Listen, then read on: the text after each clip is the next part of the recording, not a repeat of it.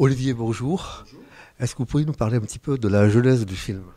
La genèse du film, c'est né par rapport à un fait divers qui s'est déroulé dans les années 90. Ce sont des Français qui ont gagné 75 millions d'euros au loto et qui ont décidé d'aller vivre à Monaco.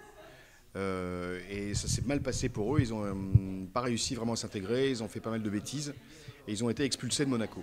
Donc c'est en partant de ce fait divers que Philippe Mechelin et moi-même on a écrit le scénario des Tuches. Voilà.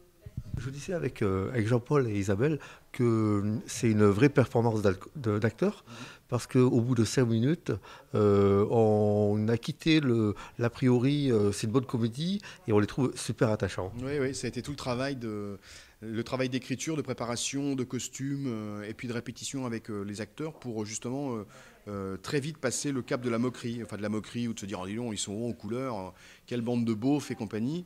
Donc ça a été très rapide, même dans le montage. Hein, je voulais que ça aille très vite, qu'on soit très vite avec eux à Monaco et que leur réaction soit humaine et soit un peu la réaction de Monsieur Tout le Monde, quoi, par rapport à l'argent. Donc j'espère qu'on a réussi ce challenge-là. C'était important qu'on soit avec eux dans les 5 premières minutes, quoi, pour qu'ils nous emmènent dans leurs aventures.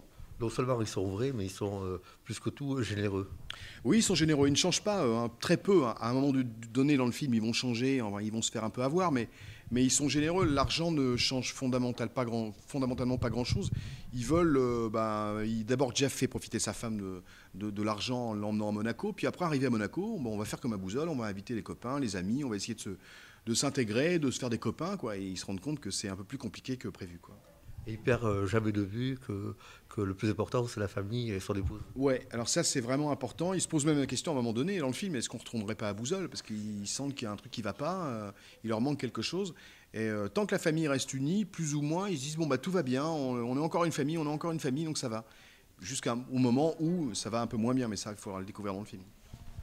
Pour le tournage, vous aviez pensé tout d'abord à tourner à Monaco, Ah bah tout simplement. quoi de plus normal, et puis vous avez vite déchanté. On a vite déchanté puisque les autorités monégasques, enfin voilà, les gens qui s'occupent de l'image de Monaco nous ont fait comprendre que c'était pas un film pour eux et qu'ils ne nous acceptaient pas en tournage.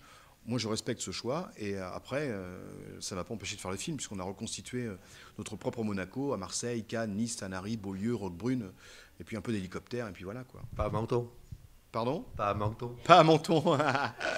C'est finalement un mal pour revenir, certainement. Oui, parce qu'on Vous aviez on des était avantages sans inconvénients. voilà, voilà, exactement. On était libre de faire ce qu'on voulait, on n'était pas surveillé, et puis on a pu recréer un Monaco un peu idyllique, parce qu'évidemment, la maison, par exemple, des Tuches n'existe pas à Monaco. Il n'y a que des appartements, en fait. Il n'y a pas de villa, il n'y a pas de maison.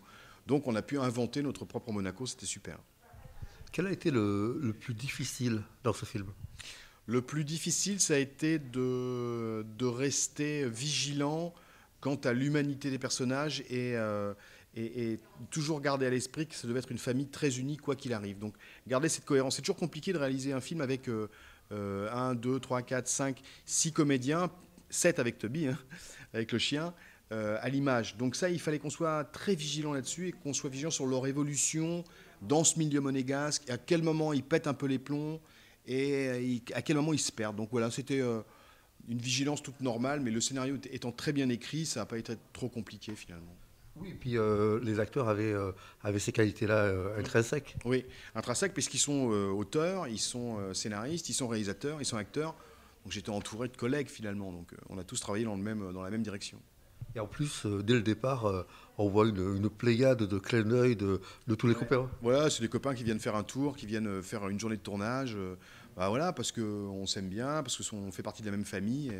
Et puis c'est toujours plaisant pour les spectateurs de découvrir ça. Ouais. C'est eux qui s'est invité ou c'est vous qui disiez si t'as 5 minutes? Voilà, c'est moi qui les ai appelés. J'ai dit, si à 5 minutes passe et ils sont venus. Voilà.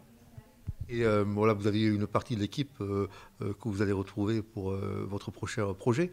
Pamela Rose, là vous enchaînez de suite. Oui, on enchaîne le 1er août, Pamela Rose à Paris. Et on part le 15 septembre à Washington pour 7 jours où on va tourner les plans américains du film. Voilà, et voilà, jusqu'au 22 octobre. Donc c'est un gros projet. Ouais. Et on va co-réaliser qu'à des mois. On sera tous les deux réalisateurs et tous les deux acteurs dans le film. Et ça fait longtemps qu'on ne s'est pas retrouvés comme ça. C'est génial. On appelle toujours ça un plan américain ou on dit un plan français là-bas? Pardon. Ouais, c'est intéressant. Je leur posais la question aux Américains. Est-ce que à la taille, c'est un plan français? Ouais. Je pense que ça reste du plan américain, quoi qu'il arrive. D'accord. On va en faire plein de plans américains. Pour vos multiples personnages, quel était le critère de Pour, sélection? pour les tuches, Oui. bon, vous savez, c'est le critère numéro un, c'est de non pas de jouer forcément la ressemblance, de trouver un petit garçon qui va ressembler au papa, une fille qui va ressembler à la maman. C'était de les avoir ensemble et de croire à cette famille. Donc déjà de prendre des bons comédiens et bonnes comédiennes, ça veut dire les essais. J'ai vu une trentaine de Donald, j'ai vu une trentaine de Wilfried, j'ai vu beaucoup de Stéphanie. Jean-Paul et Isabelle étaient tout de suite sur le casting évidemment. Claire Nadeau a été tout de suite choisie. Les enfants, j'en ai vu beaucoup, jusqu'au moment où, voilà, sur un mur, après les essais, ils étaient tous bons comédiens, et puis il s'est avéré que Sarah, Pierre Lotin et Théo Fernandez correspondaient complètement à la famille que je voulais, quoi. C'est tout un travail de longue haleine, en fait, pour arriver à un moment donné à un choix, quoi. Claire Nadeau, ça faisait longtemps qu'on ne l'avait pas vue, mais elle collait parfaitement au personnage. Oui. Claire Nadeau, elle a été tout de suite dans la liste, parce que, en haut de la liste, parce que moi je me souviens d'elle, de Colaro, et puis après elle a fait beaucoup de théâtre, je l'ai vu dans ses pièces de théâtre et tout, et je la connaissais bien, je la suivais de loin, et c'était elle, pour moi c'était elle, voilà. Ça c'est un choix personnel, mais j'adore Claire Nadeau. Si vous deviez retirer un moment, un instant du film, c'est lequel? Retenir? Oui, Moi, celui que j'aime le plus, que je préfère, c'est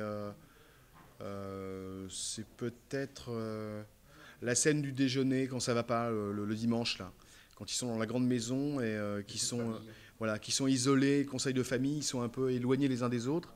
Et il y a une vraie tension. J'ai bien aimé cette scène. Voilà, j'ai bien aimé la tournée, j'ai bien aimé ce qui se passe dedans, ce qui se raconte. Voilà, c'est un moment qui me plaît. Ouais. Et au moment où vous aviez du mal, Ah, le moment qui était le plus difficile à tourner, c'est sur la plage avec Wilfried, avec la voiture jaune, le gros Homer, là, et Raph, son copain. C'était une tempête de sable, de vent, et on en a vraiment bavé, là. Donc là, j'ai pas pu faire ce que je voulais faire complètement. d'accord. Ouais. Ok. Et votre prochain film, donc Pamela Rose, vous pouvez nous en parler juste deux mots? Ah, en deux mots, c'est... Déjanté je pense... alors, dans la lignée du 1, en fait. Hein. Les tuches sont très déjantées, mais l'écriture de Pamela Rose, c'est encore autre chose. C'est un truc différent. C'est une parodie de film américain. Et donc, c'est une autre écriture. Donc, on ne peut pas vraiment comparer les tuches et Pamela Rose. Mais là, ça va être l'histoire de la présidente américaine, parce que c'est une présidente, dans Pamela Rose, qui vient en voyage officiel en France et qui est victime d'un attentat. Donc voilà. Et Belly Ripper vont la sauver. Ils vont essayer de la sauver. Merci beaucoup, Olivier. Merci à vous. Je peux vous demander de faire Et vive le Pays Basque.